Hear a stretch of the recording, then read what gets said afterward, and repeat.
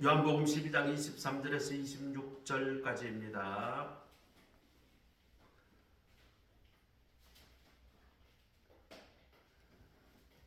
다 같이 교도하시고 마지막 절 합독합니다. 23절 제가 먼저 읽습니다. 예수께서 대답하여 이르시되 인자가 영광을 얻을 때가 왔도다.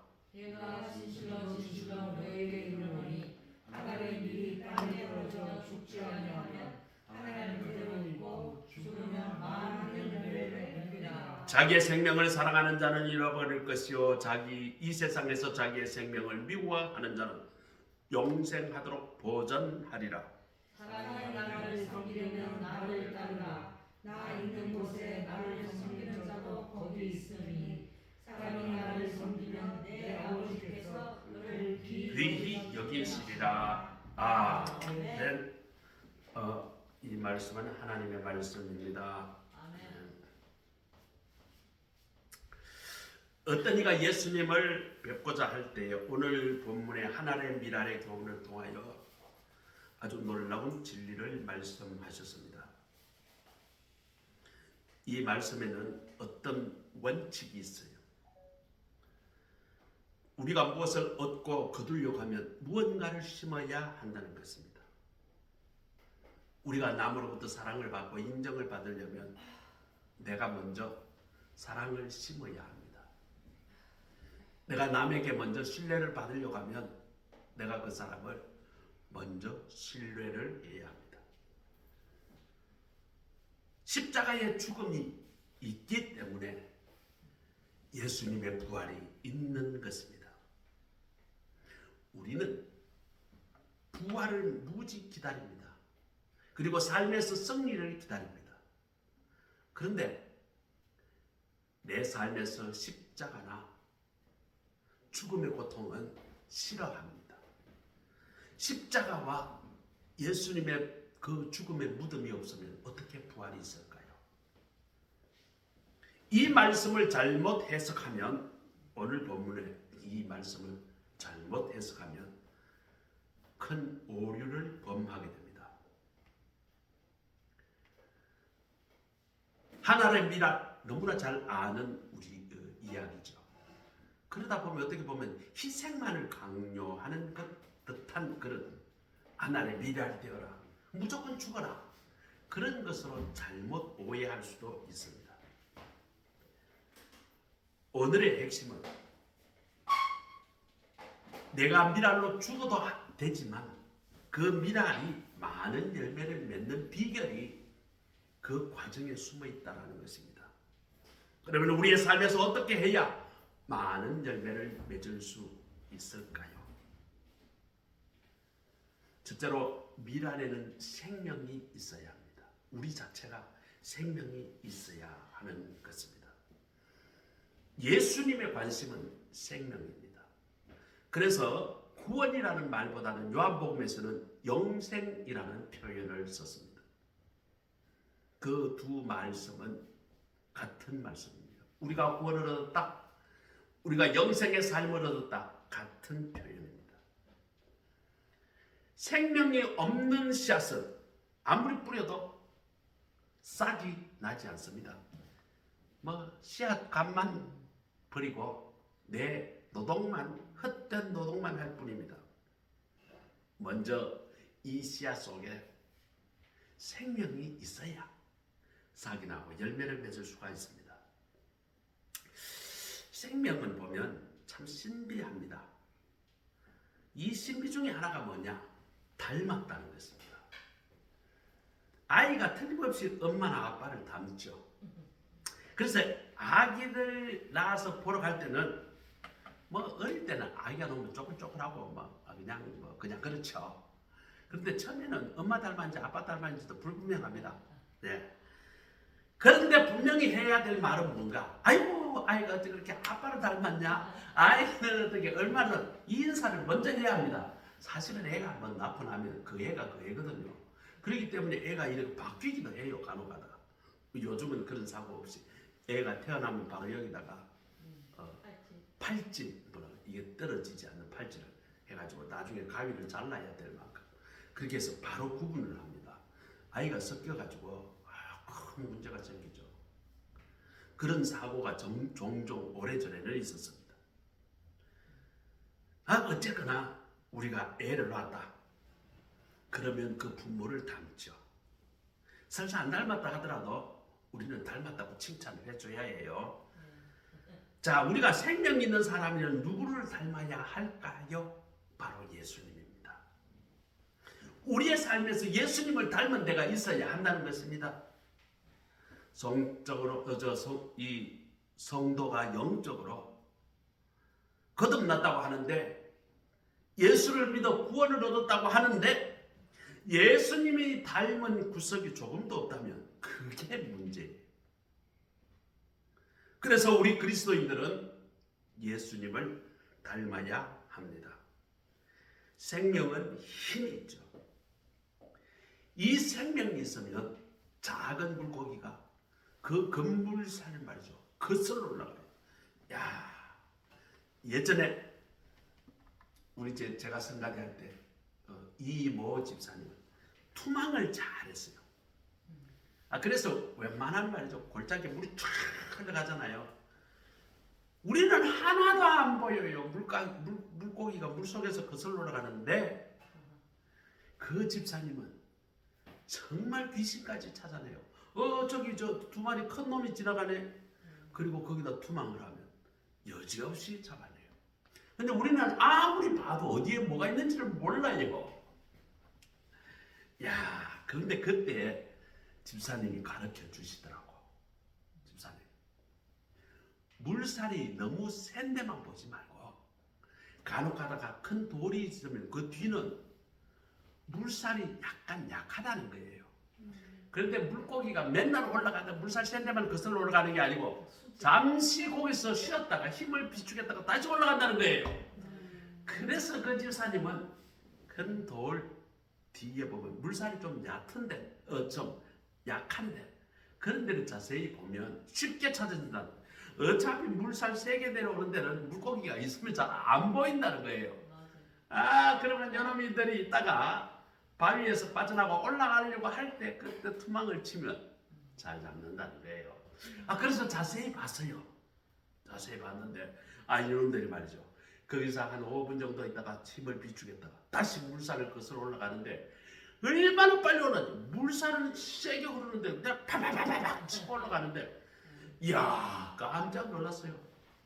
그런데요, 물고기가 올라가는데 어떤 원칙이 있더라고. 이게 말이죠, 대장 물고기가 있나 봐요. 이놈이 타라락 치고 가면 나머지가 따라 올라가요. 쫙 올라갔다가, 그런데 그것도 모르고 막 그냥 쳐봐야 헛탕이야, 헛탕. 그런데 와르락 올라갈 때 그때에 투망을 하면 막 잡는 거예요. 야, 그래서 우리가 원래 투망은 우리나라는 법으로 금지되어 있습니다. 왜냐하면 투망으로 가지고 너무 작은 물고기까지 다 잡기 때문에 못 잡게 해요.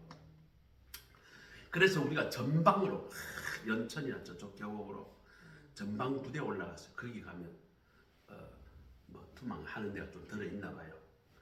그런데 그 가가서 말이죠. 잠시 한 2시간 동안 투망해 잡는데 물고기를 반 바게트나 잡아요. 우리 그때 집사님 2분하고 저하고 권사님 1분, 그 집사님하고 권사님 부부라서 그렇게 4명이 갔거든요. 그때 우리 집사람 따라가는지 안 따라가는지 모르겠는데 여하튼 갔는데 4명이 이 작은 물고기 말이죠. 반 바게트나 잡으면 이거를 어떻게 다 먹어요, 그렇죠? 이거 그냥 구워서도 먹고 그냥 한 찌개도 해 먹고 여하튼 이렇게 재밌게 1박하고 갔는데 그날 그 텐트 치고 잤지만 거의 노숙하다가 집에 너무 추워가지고 제가 갔다 와서 고생을 좀 했습니다. 감기로. 여하튼 너무너무 재밌었어요. 우리 아저씨가 고기 잡아갖고 팔아서 그 학교 다녔잖아요. 그랬어요? 그랬대요. 이 투망. 반주를 이렇게 잘해요. 너랑 나랑. 그러셨구나. 생명 있는 물고기는 어떻게 해요? 쌀아서 그 물살이 거세도 거슬러 올라가요. 지금.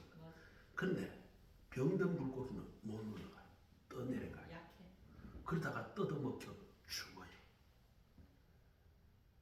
우리가 살아있다는 게 뭘까요? 숨을 쉰다는 거예요. 힘이 있다는 거예요. 호흡이 있다는 거예요. 우리가 숨을 멈추면 어떻게 될까요? 죽는 것입니다. 어제 제가 친구들하고 등산을 하루 종일 했어요. 야, 내가 체력이 안 해가지고 어떡하나 싶어서 그래서 첫 번째 등산은 서울에서 제일 낮은 산이 남산입니다. 300m도 안 되니까. 그래서 남산을 등산하자. 그랬더니 야, 남산이 등산이라 할 거 있나? 산보지. 그래도 어쨌거나 친구들 제가 불러 모았어요. 한 너댓 명 나올 줄 알았는데 제가 나오는 사람에게는 양말 하나씩 선물로 줄게 했더니 12명이나 나왔어요. 나와서 이야기를 하는데 한 친구가 그런 이야기를 해요.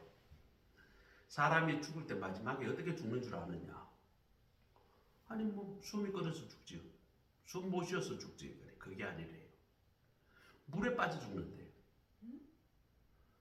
그래, 그게 무슨 이야기고 무슨 물이야? 병원에 있는데. 아니래요. 사람이 호흡할 때 엄청난 이 수분이 우리 공기로 통해서 나온다는 거예요. 그래서 마스크를 끼고 잠시만 하면 마스크에 습기가 가득 차는데 그게 뭐냐? 우리 폐에 있는 수분을 계속 배출을 해내야 된다는 거예요. 그런데 숨을 제대로 못 쉬면 폐에 물이 가득 차버린다는 거예요. 그러면 숨을 더 못 쉰다는 거예요. 그래서 사람이 폐에 물 차기 시작하면 이뇨제, 물을 빼는 주사약을 바로 넣어야 돼요. 그렇게 해서 신장을 통해서 물을 싹 빼내야, 몸에 물을 싹 빼내야 그래야 폐에 있는 물까지 빠지고 살 수 있다는 거예요. 그래서 마지막에 돌아가실 때는 어떻게 죽는다? 폐가 물에 빠져서 죽는다. 그 친구가 그런 이야기를 들었어요. 살아있는 그리스도인은 뭘까요? 숨을 쉰다는 거예요. 숨을 쉰다는 게 우리가 널숨 달숨 이것만 쉬는 게 아니에요. 우리 삶에서 정의가 숨 쉬어야 되고 우리 삶에서 사랑이 숨 쉬어야 하고 또 기도가 숨 쉬고 살아있어야 하고 말씀을 연구하고 사모하는 그것이 살아 숨 쉬어야 하는 것입니다. 그렇게 살아 숨 쉬어서 하는 것은 크게 힘들지도 않아요. 그런데 병든 사람은 이게 힘들어. 숨 쉬는 게 힘들어. 그리스도인들 중에 병든 사람은 정의롭게 행하는 게 힘들어요. 그리고 남을 사랑하는 게 힘들어요. 그렇게 그리스도인이라고 하면서도 병든 사람은 가족조차도 사랑을 못해요. 어떤 사람 보니까 아버지를 그렇게 원망하더라고. 물론 아버지가 잘못한 게 있겠죠.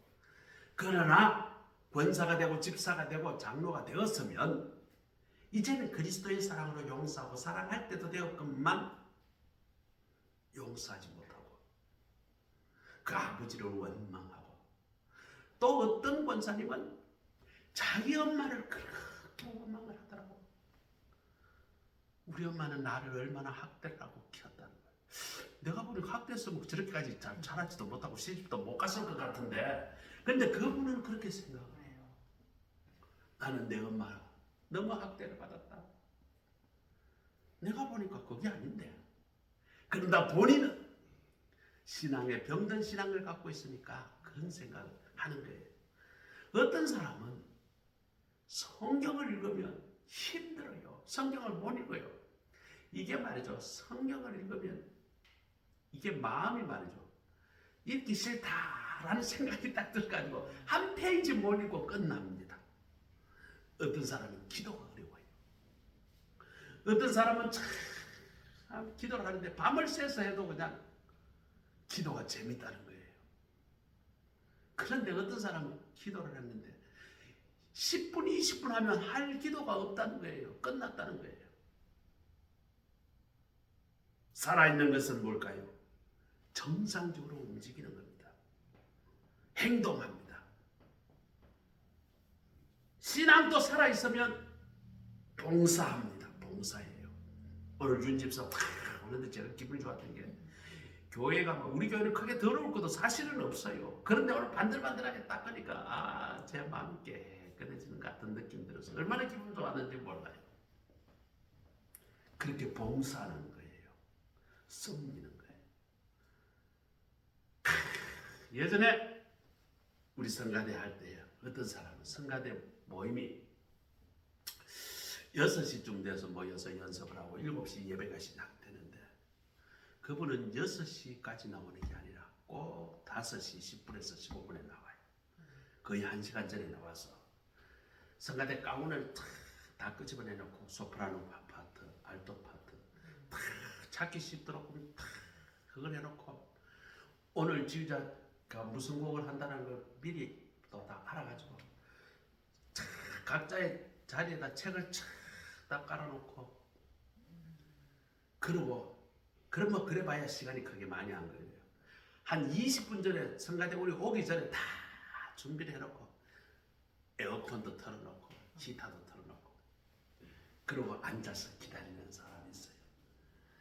그게 하루 이틀 하는 게 아니에요. 1년 내내 그걸 해요. 아니 1년 내내 하는 게 아니라 수십 년간 그렇게 하다가 얼마 전에 올 1월달에 돌아가셨어요. 나이가 얼마게요? 뭐 나이가 내보다 한 6, 7 많으니까 70 얼마 됐죠. 그분이 원래는 술을 너무 많이 먹어가지고 알코올 중독이었어요. 그런데 어머니는 권사였어요. 근데 그분이 성가대 와서 은혜를 받고 술을 딱 끊었어요. 근데 결국은 알코올이 이게 후유증 때문에 신장이 다 망가져 오줌을 못 놔요. 그렇게 투석을 했는데 내가 그 교회 떠나기 전부터 투석을 하고 그 교회에 있을 때 죽을 뻔도 했어요. 완전히 이제 의사가 이제 죽는다. 장례 치료하라고 장례 치료 준비하라고 그때 막 장례 준비하고 막 어머니는 대성 통곡을 하고 그때가 지금부터 한 20년 전쯤 될 것 같아요. 그때 말이죠. 가가지고 제가 말이죠. 끌어안고 우리 집사람하고 같이 갔나 그때 내 혼자 갔나 끌어안고 얼마나 기다렸는지 몰라요. 그런데 사람이 죽어가니까 나중에는 양쪽에 뭐 관을 6개나 이렇게 관을 꼽아놨는데 그쪽에다가 몸속에 썩는 고름이 나오는 거예요. 큰 통에다가 고름을 말이죠. 6개 달아놓고 그쪽에다 물이 나오고 고름이 나오는데 아이고 사람이 썩는 냄새가 나더라고. 그 고기 썩는 냄새. 아이고 거기 가서 막 얼마나 끄라고 하나님 살려달라고 눈물로 그렇게 기도를 했어요. 그런데요 그 기도가 간절한 게 통했는지 그날 살았어요. 20년 전에. 그 다음날 일어났는데 사람이 죽었다고 의사가 이제 호흡이 떼고 이제 사망 진단하려고 새벽에 와보니까 이 사람이 눈을 번쩍 떠가지고 여기가 어디고 이렇게 물더라는 거예요. 살아났어요. 그리고 급격히 호전이 됐어요. 물론 뭐 완전히 죽다가 온몸이 썩어서 다 고름을 뺐으니까 그런지는 몰라도 뭐 한 몇 달 동안은 그 병원에서 하여튼 치료를 받으면서 몸을 회복했어요. 그리고 한 3개월쯤 지나고 난 뒤에 이제 밥도 정상적으로 먹고 그렇게 됐어요. 그러고도 20년 더 사고 올 1월달에 돌아가셨어요. 참 그 집사님 보면 제가 마음이 짠합니다. 왜요? 어려울 때마다 항상 저희한테 전화를 와서 제게 기도받고 그렇게 생존을 했어요. 또 그 집사님하고 단짝 집사님이 있습니다. 요 지금 돌아가신 분은 키가 짭짤막해요. 1m 한 50 얼마쯤 될까 남자분인데 아주 짝다만 그 또 옆에 키가 큰 또 같은 파트 정 집사님이라고 계세요. 이분 두 분이는 단짝이에요. 단짝이는데 그냥 아주 그냥 늘 항상 데리고 다니고 늘 그렇게 그렇게 해요. 키 큰 사람이 이제 형님뻘이에요.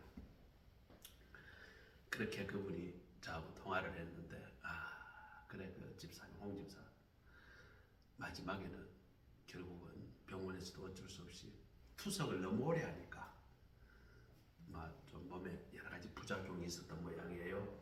그 20년 전부터 오줌을 못 넣어가지고 그 술 너무 먹어가지고 윤집사 술 너무 먹어 그렇게 돼 신장이 다 죽어버린다 없어진다. 그래서 어떻게 했냐, 피를 뽑아가지고 오줌을 빼내는 거예요. 그러니까 걸려가지고 도로 피는 몸속에 집어넣는 것을 투석이라고 그래요. 이 사람은 20년간 투석을 했어요. 나중에는 하다가 안 되니까 돌아가시더라고. 그러니까 이게 술을 즐겨 마시는 그 후유증이 그런 무서운 생이, 돈도 어마어마하게 들죠. 투석을 계속하면 일주일에 3번 해야 돼. 지금은 의료보험이 돼서 한 번씩 할 때마다 뭐 17,000원인가 2만 원만 주면 하는데, 예전에는 자기 돈으로 투석을 했어요. 얼마나 힘들었는지 몰라요. 살아있는 사람은 활동을 합니다. 움직입니다. 섬깁니다. 봉사합니다. 그것을 거듭났다, 중생했다, 이렇게 표현하죠. 세상 사람들은 영생을 얻기 위해서, 스스로 구원을 얻기 위해서 무언가 하려고 발버둥 치면서 사실은 살아왔어요. 석가는 어떻게 하면 영생을 얻을까? 그래서 말이죠, 보리스 나무라 아래에서 돌을 닦아서 깨달아야지 영생을 얻는다고 생각을 했어. 공짜는 덕을 실천해야 된다. 인을 실천을 해야 된다고. 그래서 인을 굉장히 강조했습니다. 사람의 도리에 대해서 강조했죠. 소크라테스는 지혜가 구원을 얻는다. 그래서 헬라 철학의 첫째가 뭐냐면 지혜입니다. 지혜가 자기를 구원한다고 추구했어요. 그리스도인들 중에 우리가 생명을 얻는 것은 하나님의 은혜로 말미암아 내가 구원을 얻는다는, 그렇게 믿지 않고 내가 성경을 잘 알고 좋은 마음 먹고 좋은 일 많이 하면, 예수 오래오래 믿었고 교회 잘 봉사했으면 나도 구원을 받겠지, 그런 막연한 생각으로 살아가는 사람 있습니다. 그러나 성경은 그렇게 이야기하지 않습니다. 우리가 성령으로 거듭나고 그렇게 되지 않으면 실제는 죽은 것과 같다는 것입니다. 살았다 하나 실제는 죽었다는 말입니다. 요한계시록에 보면 그런 표현이 나오죠. 우리가 거듭나야 하고 생명을 얻고 또 영생의 삶을 살아갈 수 있는 것입니다. 교회 오래 나왔다고, 교회를 어릴 때부터 다녔다고 거듭난 게 아닙니다. 또 율법을 지키고 내가 열심히 선한 일을 했다고 해서 중생한 게 아닙니다. 내가 성령으로 거듭나서 새롭게 탄생되어야 중생하는 것입니다. 이런 말이죠. 우리의 몸과 우리의 마음과 우리의 모든 것이 형식이 좀 바뀌었다고 해가지고, 어제까지는 내가 술 열심히 했는데 오늘부터 끊어야지. 뭐 그 정도 바뀐다 해가지고 이게 바뀌는 게 아니에요. 우리 인생의 본질이 바뀌어야 합니다. 전에는 내가 생각과 내 판단으로 그렇게 했던 것이, 이제는 예수님이 내 생각 대신에 생각해 주시고 판단해 주시고 내가 예수님의 말씀에 순종하는 그 본질이 바뀌어야 되는 것입니다. 내 안에 예수의 생명으로 바뀌어져 있으면 생명이 있는 그리스도인입니다. 하나님의 생명이 있는 사람이 결국에는 그 생명의 씨앗을 틔우고 열매를 맺을 수 있는 것입니다. 두 번째로는 이 미라는 땅에 떨어져야 싹을 틔울 수가 있어요. 우리 예전에 쌀을, 나락을 추수를 하면 우리가 씨앗이라 해가지고 나락 중에 일부는 그거는 타국을 하지 않습니다. 그걸 어떻게 해야 돼요? 그러니까 종자라 해야 돼요. 종자. 내년도에 심어야 되니까 좋은 거 딱 잡아가지고 농사 잘 지어보면 알겠네요. 그거는 선도되면 안 됩니다. 껍데기 까뿌리면 죽어요. 그대로 해가지고 서늘한 곳에, 가장 서늘한 곳에 그렇게 따로 보면 쥐도 먹어도 안 돼요. 그렇게 잘 보관했습니다. 우리 어릴 때는 농사 짓는 것만큼 중요한 게 뭐냐면 시종자 받는 게 그렇게 중요했어요. 받고 싹 틔울 때. 네. 그러니까 싹을 틔우고 꽃을 일부는 다 뽑아 먹더라도 일부는 반드시 꽃을 피우고 열매를 맺도록 잘 가꾸어요. 그 중에 제일 싫어하는 놈을 골라가지고 그것을 이제 시종자 받는다라고 하는데, 상추도 마찬가지입니다. 대부분 다 뽑아 먹는데, 다 뜯어 먹는데, 시종자 할 놈을 어떻게 계속 키웁니다. 계속 키우면요, 상추가 내 턱까지 머리까지만큼 자라요. 자라면 어떻게 돼? 힘차게 옆으로 뻗으면서 꽃을 피우고, 꽃을 피우고 나면 상추 씨가 열매가 열려요. 그러면 그것을 말이죠, 반드시 다 그걸 수확을 해가지고, 우리 집사님도 많이 봤죠? 그럴 때 채소를 하더라도 전부 다 시종자 받는 것은 그렇게 다 끝까지 키워서 그렇게 해야 합니다. 그런데 이 씨가 그 다음에 어떻게 해요? 뿌려서 땅에 떨어져야 이름이 싹이 튼단 말이죠. 아무리 가만히 내놓고 선나라는 것처럼 1년 2년 나놔도 이거 싹이 안 나요.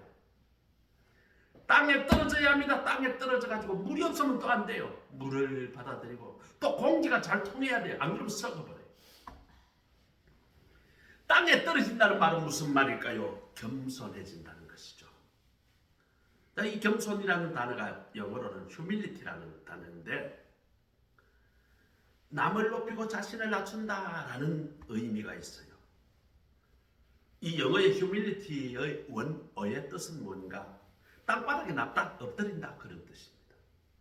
예전에는 임금님 앞에나 아주 높은 사람 앞에 가면 온몸에 오지를 땅에다가 댔어요. 그러면 오지하게 되면 양쪽 손발 다, 그리고 이마까지 땅에 대는 것을 이야기합니다. 그걸 오지라 그래요. 자, 그래서 지금 신부 서품할 때 오지 하나님 앞에 엎드립니다. 하나님 앞에 엎드리세요 하면 신부님들이 좌석을 탁 치고 옆에다가 전부 다 땅에 탁 엎드리고 십자가 모양을 해가지고 이마까지 땅을 다 대요. 이마까지 대야 해요. 그렇게 하면서 그 예식을 합니다. 그 말은 뭘까요? 내가 최대한 겸손하게 낮춘다는 뜻입니다. 겸손이 뭘까요? 땅과 안토니 볼륨이라는 사람이 이야기했는데, 겸손은 땅과 같다는 것이죠. 땅은 모든 사람이 짓밟으면서 다녀요.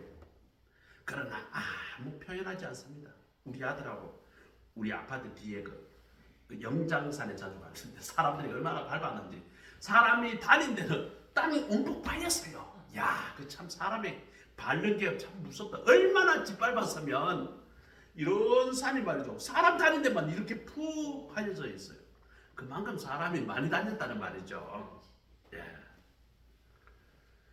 그런데 산은 말이죠, 말을 하지 않아요. 표현하지 않아요. 땅의 모든 것, 온갖 쓰레기, 온갖 우물 다 땅이 다 받아들여요. 햇빛도 받기도 하고요, 홍수도 받기도 하고요, 눈도 받기도 하고, 쓰레기, 우박 다 받아요. 이런 겸손의 땅에 씨앗이 떨어지면 30배, 60배, 100배의 결실을 맺게 합니다. 생명의 씨앗이 겸손하게 땅에 묻혀야 열매가 맺어집니다. 그러면 무엇이 겸손일까요? 겸손을 첫째, 내가 겸손해지기 위한 원리 첫 번째가 뭐냐면, 내가 내 자신이 무엇인가 이것을 먼저 아는 것입니다. 마태복음에 보면 이런 구절이 나옵니다. 베드로가 부를 때야. 베드로는 평생 고기를 잡은 이 어부의 완전히 전문가예요. 근데 그날따라 말이죠, 아무리 그물을 던져도 고기가 한 마리도 안 잡히는 거예요. 낙담을 하고 밤새벽 이석결 곁에, 이제 밤새도록 고기를 잡았는데 못 잡았으니까 빈배로 들어오는데 예수님이 그 바닷가에 계시면서 기다리시다가 그 새벽에 베드로에게 다시 이야기합니다. 배를 젓고 나가서 저 깊은데 저쪽으로 가서 그물을 던져라. 이런 사람이 다 있나? 내가 평생 고기를 잡아, 내가 이 어디 바다에 어디가 고기인지 몇 번이 아는데 오늘 밤에는 없는데, 저 깊은데 고기가 없어. 고기가 저렇게 깊은 데까지는 안 간단 말이죠. 내가 그걸 아는데. 그러나 그때 베드로가 순종해서 그곳에 가서 그물을 던지니까 고기가 어마어마하게 잡았어요. 누가 보겠으면 그 그물이 찢어졌다. 너무 많이 잡혀가지고. 그때에 베드로가 뭐라냐면 주여 나를 떠나소서 나는 죄인입니다. 주님이 그걸 꿰뚫어 보고 있는 그것을 보니까 나는 죄인이다라는 것을 깨달았다는 거예요. 그 죄인이라는 것을 깨닫고 난 뒤에 베드로는 그물이고 뭐고 다 내팽개치고 예수님을 따르고 결국은 열매 맺는 사람이 되었습니다. 겸손이라는 것은 내가 내 자신을 정확히 아는 것입니다.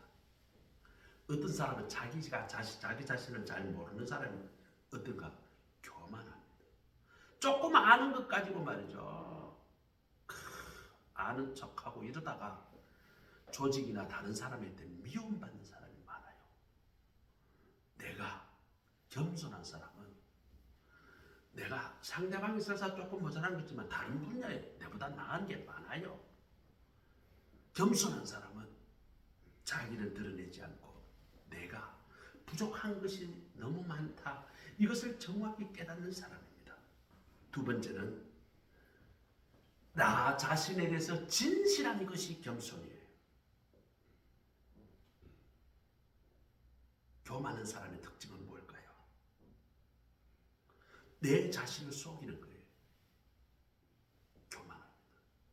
제대로 알지도 못하면서 떠들고 제대로 가진 것도 없으면서 가진 척하고 도대체가 자기 자신을 속이고 남도 속이려고 덤빕니다. 이 사람은 뭘까요? 교만한 사람입니다. 그 사람의 말로는 뭐 안 봐도 뻔합니다. 아이 쟤는 별 볼 일 없어. 쟤 어울리지 마라. 말하는 것마다 처음부터 끝까지가 다 거짓말이야. 지 자신에 관해서도 다 거짓말이야. 남들은 다 알아요. 세 번째로는 겸손한 사람은 묵묵히 자기가 맡은 바 소임을 다합니다. 자기의 책임을 다해요. 교만한 사람은 자기가 해야 될 일, 남이 해야 될 일, 이걸 구별하지 못해요. 그러다 보니까 전부 다 어떻게 돼? 내가 해야 될 일이고 내가 지금 해결해야 될 문제를 전부 다 남에게 손가락질합니다. 이거는 이것 때문에 안 되고 저거는 저것 때문에 안 되고 때문에 내 인생이 제대로 되지 않는다라고 합니다. 남에게 손가락질해요. 환경을 손가락질해요. 이게 무엇일까요? 교만한 사람의 특징입니다. 일이나 관계가 나빠졌을 때에 남을 탓하고 환경을 탓하는 사람, 그 사람은요 결국은 성공하지 못합니다. 그 사람 누가 같이 하려고 그러겠어요? 뻑하면 남한테 이 당신 때문에 누구 때문에? 이 사람은 발전이 없습니다. 너 때문에 내가 나빠졌다. 너 때문에 결과가 이렇게 됐다. 이런 게 뭔가 교만이라는 거예요. 겸손한 사람은 모든 것이 자기를 먼저 낮추고 내 인생에 있는 모든 문제는 내가 이것은 책임져야 된다는 의식을 가지고 자기에게 원인을 찾는, 설사 남이 좀 잘못했다 치더라도 그래 저 사람의 잘못을 내가 수용한 게 내 책임도 있어. 그렇게 받아들입니다. 그리고 다음부터는 그런 일에 대해서 조심하겠죠. 그런 사람은 희망이 있습니다. 겸손하게 자기가 해야 할 일은 자기가 책임을 줄 아는 그런 사람이 겸손한 사람이고 그런 사람이 성공하는 것입니다. 그 다음 네 번째로는 겸손한 사람은 자기를 낮출 줄 알아요. 이런 사람은 자기를 스스로 낮추고 남을 칭찬하고 남을 높여주는 사람은 그 사람 옆에는 가면 평화가 있어요. 그런 사람 옆에 가면 기분이 좋아요. 어제 친구들 12명이 모였는데 말이죠. 제가 조그마한 선물을 하나 가서 사실 얼마짜리 안 돼요. 구딜에 가서 양말 싸게 파는 걸 좀 샀어요. 등산 양말을 샀는데 거기는 뭐 1,000원, 2,000원밖에 안 해요, 솔직히. 근데 시중에서 백화점에서 사면 얼마 좀 하는지 모르겠어요. 여하튼 그걸 한 10몇 개를 사가지고 이거 사실 뭐 친구들끼리 1,000원짜리 뭐 과자 사준다고 커피 한 잔만 해도 요즘 몇천 원씩 하는데 그 돈으로 아마 내가 1,000원짜리 2,000원짜리 사주고 그걸 알게 될 것 같으면 친구들이 실망했는지 모르겠지만 야 이거 등산 양말 좋은 거야, 이건 나이키야, 이거는 뭐야라고 이제 나눠주니까 친구들은 야 너무 좋다는 거예요. 그리고 어제 또 제가 한 사람 한 사람을 다 칭찬해주고 축복을 해줬어요. 칭찬해주면 니는 학교 다닐 때 니는 뭐가 참 좋았어. 너 정말 그때 친구들 때문에 니 때문에 정말 기분 좋았어. 그 이야기 듣고 말이죠. 전부 다 기분이 좋아가지고 야 맞아 지금부터 우리 대학생 시절이 지금 말이요 거의 50년 전 이야기야. 그러면서 그냥 깔깔대고 오고 하루 종일 깔깔대고 너무 기쁘게. 잘 보내셨네. 네. 이 여기의 핵심은 뭘까요? 남을 높이는 거예요. 남을 높이는 거예요. 어떤 사람이 덕이 있다라고 표현할까요? 남을 높여주는 사람이에요. 덕을 베푸는 게 아니 간단합니다. 대부분의 사람은 마음의 상처가 많아요. 왜? 세상에는 남을 자꾸 무시하고 깔아뭉개려고 하는 그것이 세상이니까 마음의 상처가 너무 많아. 이러면 별가게 돈 좀 없다고 얼마나 무시를 하는지요. 심지어 장사하는 사람들도 돈 없는 사람은 깔봅니다. 옆에 가서 돈도 없는 게 왜 옆에 재수없이 말한다고. 그러면 말이야 돈이 있으면 충분히 저렇게 다 나고 간단한데 내가 진짜 돈이 없으면 더 서럽습니다. 더 마음의 상처를 받아요. 겸손하는 사람은 어떨까요? 남을 높이는 사람입니다. 다른 사람 칭찬하는데 인색하지 않아요. 하나님은 겸손한 자에게 은혜를 주신다라고 성경은 이야기합니다. 하나님의 영광과 하나님의 은혜를 받게 되려면 어떻게 하면 돼요? 내가 겸손하면 됩니다. 내가 교만한 마음을 내려놓습니다. 예수님 앞에 십자가 앞에 엎드립니다. 예수님은 낮아져서 십자가까지 지셨잖아요. 내가 예수님 십자가 발 아래 엎드린다는 말은 뭘까요? 예수님보다 나는 더 낮아지겠다는 거예요. 이렇게 해보면 어떻게 될까요? 모든 게 아름답게 됩니다. 행복해집니다. 겸손한 자를 통해서 열매가 맺어집니다. 자, 그러면 겸손하게 되려면 어떻게 해야 할까요? 중요한 비결이 있습니다.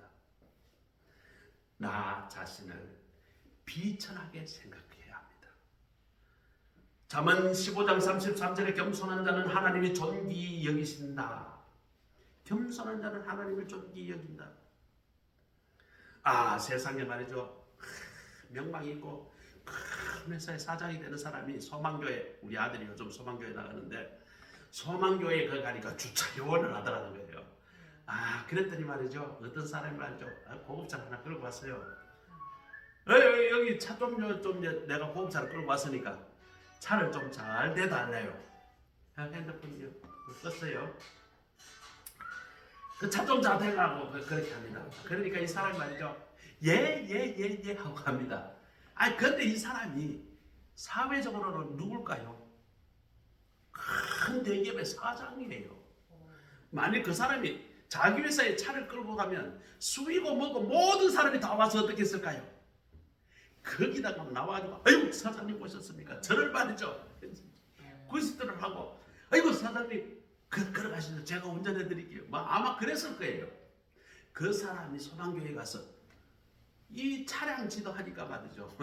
아주 그냥 별 볼 일 없는 인간이 차 좋은 거 조금 끌고 왔다고 좋아봤자 사장차만큼 좋겠어요. 어쨌든 자기는 새 차 좋은 거 뽑아왔다는 거죠. 좋은데 자리를 좀 대달라고 그러니까 예 하면서 그렇게 대주더라는 거예요. 근데 알고 보니까 나중에 그 사람이 세상에 그 대기업의 사장이었다는 걸 알게 되니까 너무너무 존경했다는 거예요. 그 주차장에서 그렇게 내가 그렇게 쓸데없는 말을 했는데도 그 사람이 그걸 다 받아줬구나. 그러더라는 거예요. 자기 자신을 비천하게 생각하고 낮출 줄 알아야 합니다. 두 번째로는 예수님 때문이라면 우리가 멸시도 받아야 합니다. 우리가 세상에서 예수님 말하게 되면 무시합니다. 아직도 교회 다니나? 뭐 교회 다니는 사람들 더 하대, 더 사기치대. 일부러 사람들이, 세상 사람들은 예수님을 멸시합니다. 그 멸시에 대해서 막 싸우고 이럴 필요 없어요.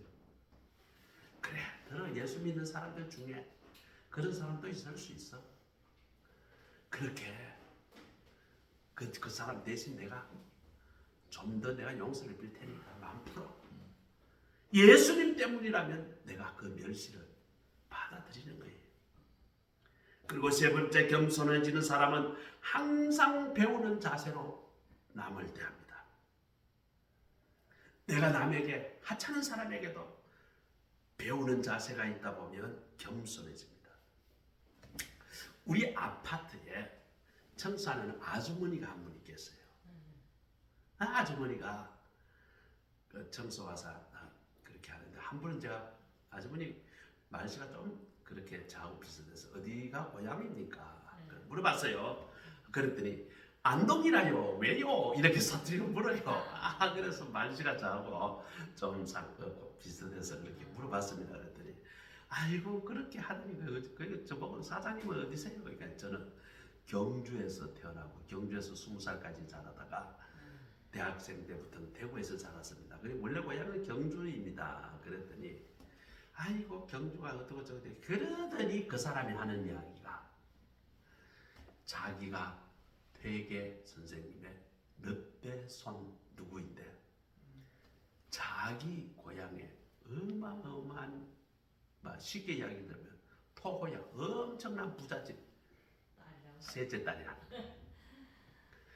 그런데 자기 집도 잘 산대요. 아파트에 강남에 그 사는데 나이가 들고 보니까 안 움직이고 운동을 안 하니까 온몸에 병이 나가지고 돈이 있으면 못하고 강남에 아파트 있으면 뭘 하냐고. 그래서 일할 거리를 적당히 찾다가 이 청소하는 직을 그렇게 돼가지고 자기 병 치료하려고 청소하러 온다는 거야. 그래가지고 아이고 남편 뭐 하셨습니까? 깜짝 놀랐어요. 그 남편의 대기업의 사장이야. 은퇴를 했는데 그 아들이 또 대기업의 중력이야. 아버지가 끌어줬는지. 아파트에, 그 강남 아파트 몇 평에 살고 있습니까?